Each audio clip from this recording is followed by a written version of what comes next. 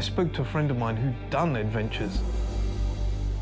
What he said to me was, Everest has been climbed by 4,000 people. Whatever record you hold, somebody will always break your record, except if you're the first.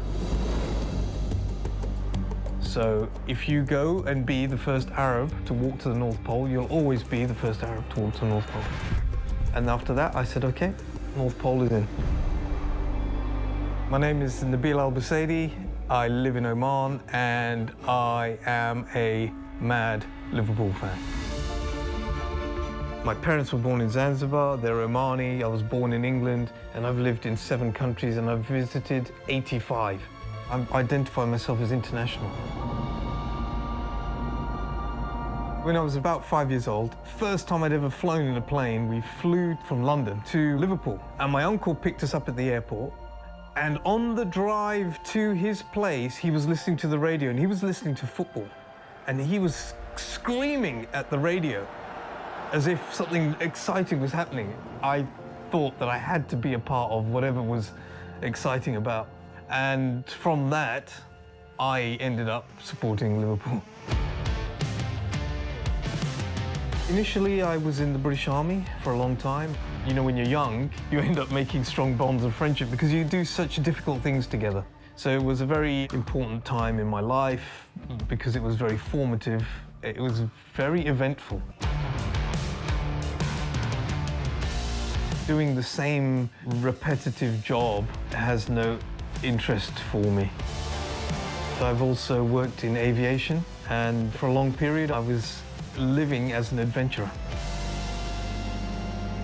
I'm the first Arab to walk to the magnetic North Pole, and it was one of the most transformative experiences of my life. You cannot afford to have batteries that are dead. You can't afford to have shoelaces that break. The fact that you have to take absolute control of everything, and you have absolute zero tolerance for failure, because if you get something wrong, you die. I also rowed across the Atlantic. I was the first Arab to row across an ocean, and as much as I thought the North Pole was the hardest thing I'd ever done in my life, I would rather go to the North Pole 7 times than row an ocean again. It was the most horrible experience of my life, but also, again, one of the biggest achievements of my life. When I was going on these expeditions, I was on my own. I was following Liverpool matches from the top of Kilimanjaro, from rowing across the Atlantic, from the North Pole, from Everest, and I was also carrying my Liverpool shirt with me. The day Liverpool are playing, I'll be wearing it underneath my expedition gear, just because that's my particular superstition. نبيل مرة راح على اسطنبول عشان يشوف الشامبيونز ليج فاينل وما عنده تذكرة.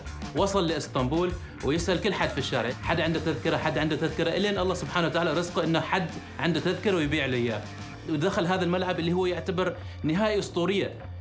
المباراة ضد AC ميلان كنا خسرانين 3-0، بعدين تعادلنا وفزنا بالبلنتيات، وستيفن جيرارد رفع الكاس، ونبيل كان حاضر وأصلاً كان رايح ما عنده تذكرة. هذا نبيل. Motto for Liverpool is never give up. By the end of the final, they had won the Champions League. So that never give up is part of this expedition. And even when I'm rowing, I'm thinking about some of the players like James Milner. For me, he's an inspiration to every old person because he's 35 years old and yet he's running more distance, more sprints than players 10 years younger than him. I think if he can do it, then I can do it. Whenever I go to the UK, I try and go up to Liverpool and watch a game. The pre-match ritual is different every time. This last time, we went and walked around the stadium looking for the murals, the paintings that they've drawn up on the walls of the old players. When you're at the stadium, you feel everything. Your body shakes.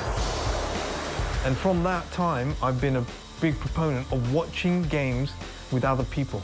So I set up the Bahrain Reds, the supporters club in Bahrain. And then when I moved to Oman, I set up Oman Reds. Then when I moved to Qatar, I set up Qatar Reds. I've now become so well known that Kenya contacted me to help set up their fan club. In my life, I've worn a lot of different hats, metaphorically speaking and also physically, from the British Army to the mountaineering to the expeditions, all the way to the Liverpool hats that I have behind me. Everyone signed it. I think one of the things about wearing hats anchors you to that community. I'll be wearing a Liverpool hat and I'll see a guy who's wearing a Liverpool shirt and we'll recognise each other and we'll gravitate towards each other. And as the Liverpool motto says, you'll never walk alone, which is probably why I've been part of all these groups and communities all my life.